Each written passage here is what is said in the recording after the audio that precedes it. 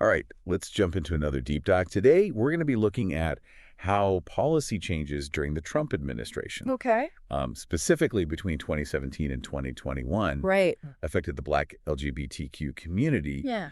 We've got this really fascinating article, some pretty eye-opening statistics, and even a couple of personal stories Wow. that I think will really help highlight the human impact Okay. of these political decisions. It's important to remember we're not just talking about like LGBTQ rights or racial justice separately here. Yeah. This is really about how those identities intersect, Okay. creating, a really unique set of challenges for this community. So let's maybe unpack that idea of intersectionality Yeah. a bit, because I think that's key Absolutely. to understanding kind of everything else we're going to be talking about. Imagine like a Venn diagram Okay. with, overlapping circles. Mm. Each circle represents a different aspect of a person's identity, like race, sexual orientation, gender identity. Yeah. Where those circles overlap, right? That's where intersectionality kind of comes in. Okay. It recognizes that people can experience like multiple forms of oppression or privilege at the same time. So for the Black LGBTQ community, are they dealing with both systemic racism and then also prejudice Exactly. tied to their sexual orientation or gender identity all at once? Yeah, it's like navigating a world with two sets of obstacles, Wow. which makes their resilience and advocacy Right. all the more remarkable. Mm. And to really grasp the impact of the Trump administration's policies, we really need to understand this intersectionality because it adds layers of complexity to an already complex situation. Yeah, this article jumps right into some of the key policy shifts that Yeah. happened during that time. Yeah. One of the biggest was this rollback of protections for transgender individuals. You might be surprised to learn that in 2017, the Title IX guidance that protected transgender students' right to use bathrooms aligned with their gender identity Okay. was actually rescinded. This reversal had a ripple effect, creating so much confusion and fear in schools across the country. Yeah. Imagine being a young transgender student facing this uncertainty. Oh, absolutely. It's a stark reminder of how these policy changes, in Washington can have real tangible effects on people's lives. And it wasn't just about bathrooms either. Right. The Trump administration also kind of revived this idea that businesses and religious organizations could legally discriminate against individuals based on their sexual orientation and gender identity. Right. It essentially felt like years of progress in the fight for LGBTQ rights were being undone. What's particularly concerning is that this created this climate of fear and uncertainty, particularly for the Black LGBTQ community, who already faced discrimination based on both race and their LGBTQ status. Right. They were essentially facing prejudice on multiple fronts. And speaking of facing prejudice on multiple fronts, the article really highlights how the Black LGBTQ community is often marginalized, even within the Black community and the larger LGBTQ movement. Yeah. It's almost like being caught in a double bind. That's precisely where understanding intersectionality becomes so crucial. Okay. We can't just look at these issues in isolation. Right. We need to recognize that the Black LGBTQ community faces a unique set of challenges that require nuanced solutions and a deep understanding of their lived experiences. Got it. It's about seeing the whole person, not just Right. individual aspects of their identity. One of the things that surprised me in the article was this discussion of growing support for Trump among some Black voters Interesting. during this period. Yeah. On the surface, it seems counterintuitive, Right. considering his policy's impact on marginalized groups. It is a bit paradoxical. Yeah. It points to how complex political allegiances can be. Okay. The article suggests that some Black voters were drawn to Trump's economic agenda, specifically his emphasis on job creation and support for Black-owned businesses, what he called the Platinum Plan. Right, this Platinum Plan. Yeah. What exactly was that? Essentially, it was a set of initiatives Okay. aimed at boosting economic opportunities for Black Americans. Got it. This included things like providing federal funding for Black-owned businesses, creating tax breaks to encourage investment in Black communities, and expanding access to capital for Black entrepreneurs. So while there were certainly criticisms of the plan's effectiveness, Yeah. some Black voters felt that Trump was at least addressing issues that directly impacted their Right. economic well-being. Exactly. Yeah. They were looking for solutions to real, everyday problems. Right. And some believe that Trump offered tangible solutions. But then the article contrasts this support with the actual impact of Trump's policies on the Black LGBTQ community. Right. And that's where I think the disconnect between the rhetoric and the reality becomes really apparent. That's a crucial point. It's one thing to talk about supporting a community. It's another to enact policies that genuinely protect their rights and improve their lives. Okay. And when we look closely at the Trump administration's actions, Right. we see a different story. So let's dive into that. Okay. What were some of the tangible ways these policy reversals affected the Black LGBTQ community? Sure. The article mentions the removal of protections against discrimination in areas like healthcare, education, and housing. One of the most striking examples is the repeal of the Obama-era Title IX guidance for transgender students. Right. Suddenly, these students were left vulnerable to discrimination and harassment in their schools, a place where they should feel safe and supported. Imagine the fear and uncertainty that created. It is. Yeah. And unfortunately, this was just one example among many. The article cites some alarming statistics. The Human Rights Campaign found that over 50% of Black LGBTQ individuals experience workplace discrimination. It's hard to fathom going to work every day fearing that you might be treated unfairly simply because of who you are. Absolutely. Those numbers highlight how ingrained prejudice can be. Yeah. And how policy changes can either reinforce or challenge those biases. Right. When protections are rolled back, it sends a clear message about whose rights are valued. And it gets even more troubling. Yeah. The National Black Justice Coalition found that 41% of Black LGBTQ individuals were afraid to seek medical treatment. That's a basic human right. Right. Being denied. Because of their sexual orientation or gender identity. It's a stark reminder of the real-world consequences of these policy changes. We're not just talking about abstract legal arguments. We're talking about people's lives, their health, their well-being. And the article really drives this point home by sharing a personal story about a young Black trans woman who was denied access to critical health care services. These personal stories are so important because they help us connect with the human cost of these political decisions. Yeah, it's easy to get lost in the statistics It is. and the policy jargon. Right. But hearing someone's lived experience reminds us that we're talking about real people. Absolutely. With real struggles. It's a powerful reminder that behind every policy, every statistic, there's a human story. Okay, so we've talked about discrimination in healthcare, education. The article also mentions that Trump's push for economic opportunities through deregulation often overlooked the systemic barriers faced by Black LGBTQ entrepreneurs and workers. That's a crucial point. Yeah. We can't talk about economic empowerment without addressing the structural inequalities that prevent marginalized groups from accessing those opportunities. It's like saying everyone can participate in a race. Right. But some people have to start miles behind the starting line. Exactly. And for the Black LGBTQ community, those barriers are often compounded by discrimination based on both their race and their LGBTQ status. The article also touches on Trump's immigration policies and how they disproportionately impacted Black immigrants, adding yet another layer of complexity for this community. That highlights the interconnectedness of these issues. Right. We can't talk about LGBTQ rights in isolation. We need to consider the impact of immigration policies, economic policies, social policies. They're all intertwined. So we've got this picture of policy reversals, deeply embedded prejudice, a community facing challenges on multiple levels. It's easy to feel overwhelmed by all of this. Right.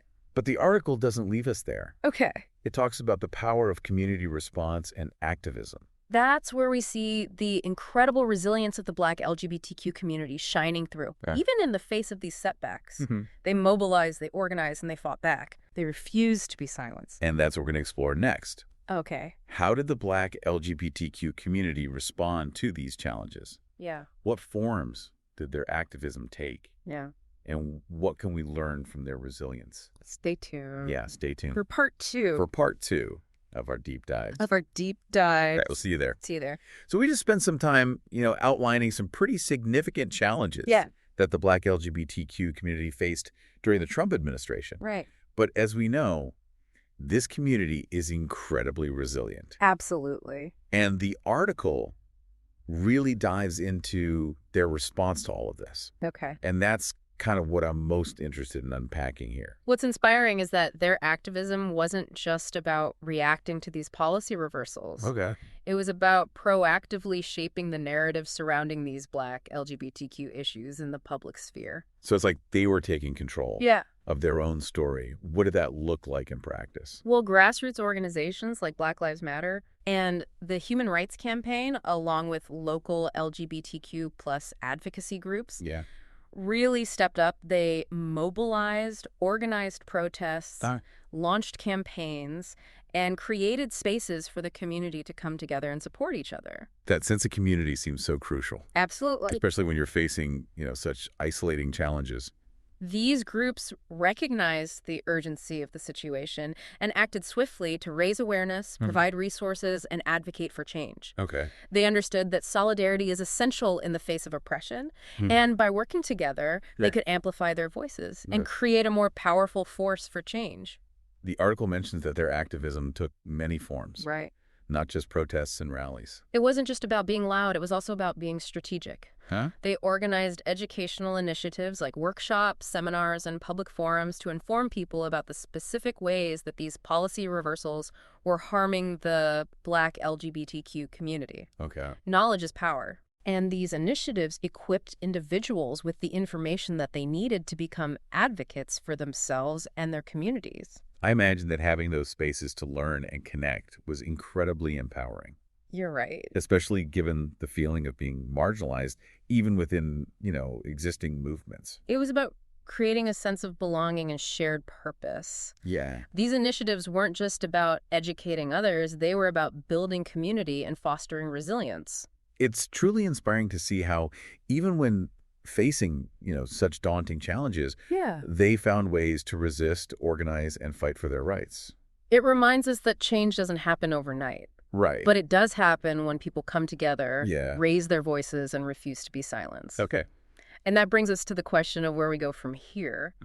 The article wraps up by looking ahead to the future of LGBTQ rights in America. Right. And it acknowledges that things feel uncertain. Yes, there's definitely a sense of cautious optimism, but also an understanding that the fight is far from over. Right. The article emphasizes that upcoming elections Yep. will be crucial, particularly the role of Black voter turnout. Historically, the Black vote has been a powerful force for change. Mm-hmm. And in this context, it could have huge implications for LGBTQ rights. Okay. The article argues that candidates need to understand the intersectionality of race and sexual orientation if they want to connect with Black LGBTQ voters. So it's not enough to just talk about LGBTQ rights or racial justice in isolation. Exactly. Candidates need to show that they understand how these issues overlap and impact this community specifically. It's about moving beyond simplistic categories. And recognizing the complexity of people's lives. It's about seeing the whole picture, not just isolated parts of it.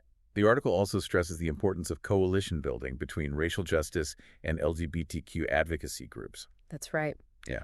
These movements are deeply interconnected, and working together is essential for achieving meaningful, lasting change. It's about recognizing that an attack on one marginalized group is an attack on all marginalized groups. Exactly. It's like that old saying, united we stand, divided we fall. Right. Yeah. There's strength in numbers. Absolutely. And by joining forces, these groups can create a more powerful movement for equality. And while national organizations play a vital role, the article also highlights the importance of local activism and community engagement. Okay. It's about showing up at town hall meetings, Yeah. contacting your representatives, Right. and making your voice heard on these issues. Got it. Change often starts at the grassroots level in our own communities. It's about recognizing that we all have a role to play Yeah. in shaping a more just future.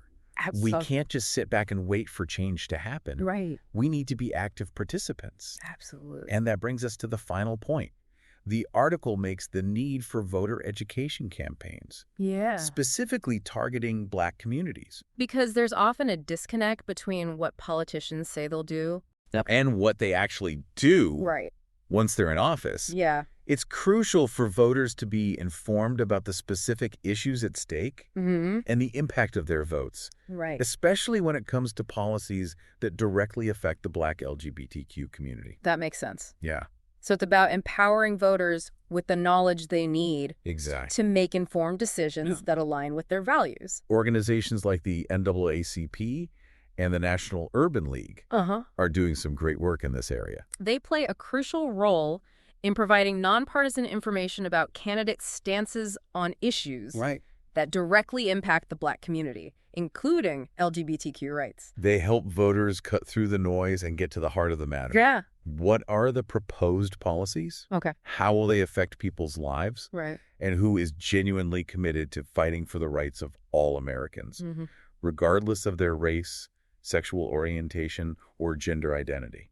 It sounds like the article leaves us with a sense of urgency. It does. But also a sense of hope. Yeah. It's a reminder that the fight for equality is ongoing Right. and that we all have a role to play Absolutely. in shaping the future. What are your thoughts?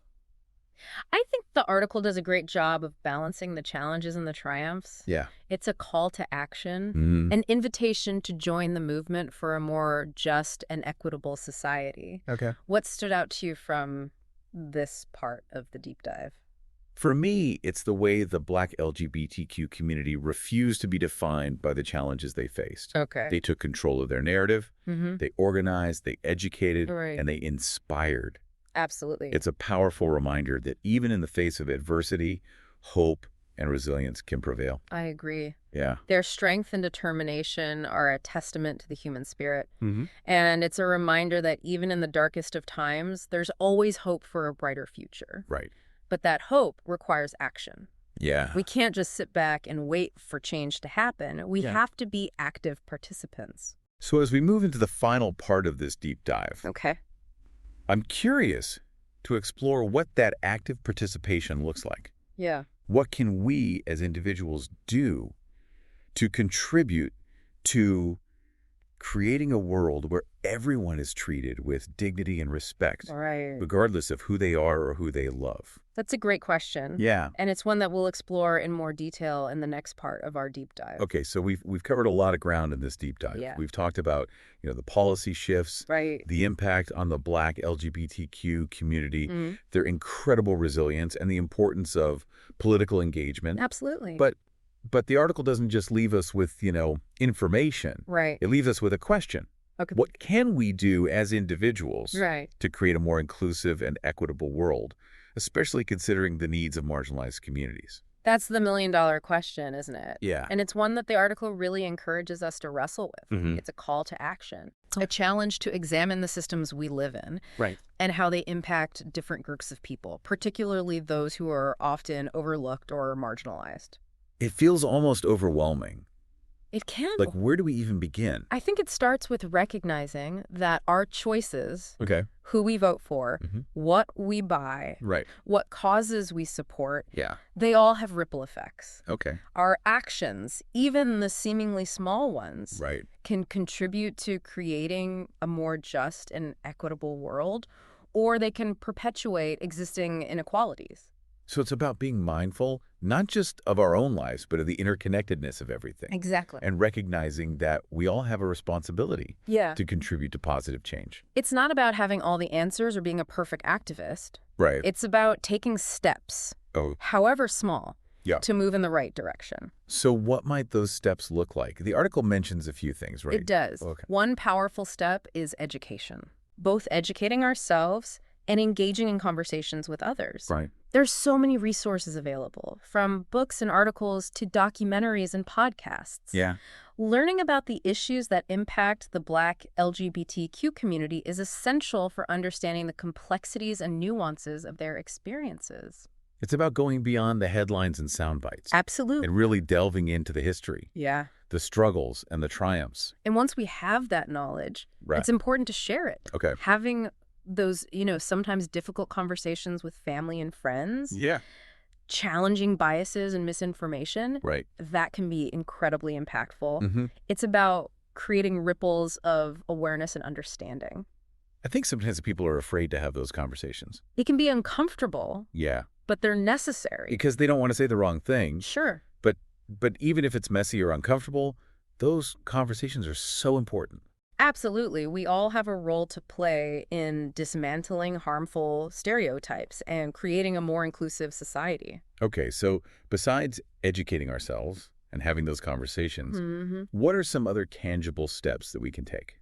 The article highlights the importance of supporting organizations that are on the front lines of this work. Okay. Donating to groups like the Human Rights Campaign, the National Black Justice Coalition, Right. or local LGBTQ plus centers can make a real difference in their ability to provide resources, advocate for policy changes, and support the Black LGBTQ community. And it doesn't have to be a huge financial contribution, right? Every little bit helps. Every little bit helps. And beyond financial support, volunteering our time or skills can be incredibly valuable, whether it's helping with events, providing legal or medical services, or mentoring youth. Right. There are so many ways to get involved and make a direct impact. I love it. It's about finding what we're passionate about and using our unique skills and talents to contribute. And sometimes the most powerful thing we can do is simply listen. Okay. Listen to the stories of Black LGBTQ individuals. Right. Hear their experiences and amplify their voices. It's about creating space for them to be heard and understood. That reminds me of something you said earlier. Right. Change starts with empathy. Right. And empathy starts with listening. It does. By listening with an open heart and mind, we can start to bridge divides and build a more compassionate world. So as we wrap up this deep dive, Yeah. I'm left with this sense of responsibility. We can't just absorb this information and then move on with our lives as if nothing has changed. It has to be more than that. Yeah, we had to do something with it. Knowledge without action is like a seed that never gets planted. Wow. It has the potential to grow, but only if we nurture it. That's our challenge then. It is. To take what we've learned and turn it into meaningful action. To use our voices and our choices to create positive change. The fight for equality is an ongoing journey. Yeah. It requires vigilance, commitment, Right. and a belief in the power of collective action. To our listener, I want to leave you with this thought. Yeah. What will you do with this knowledge? How will you contribute to creating a more just and equitable world for the Black LGBTQ community and for all marginalized communities? Right. The answer to that question is up to you, but I hope this deep dive has given you the information and the inspiration. Yeah. You need to take that next step. Keep learning. Yeah. Keep questioning. Keep pushing. And keep pushing for a better tomorrow. A better tomorrow. The future depends on it.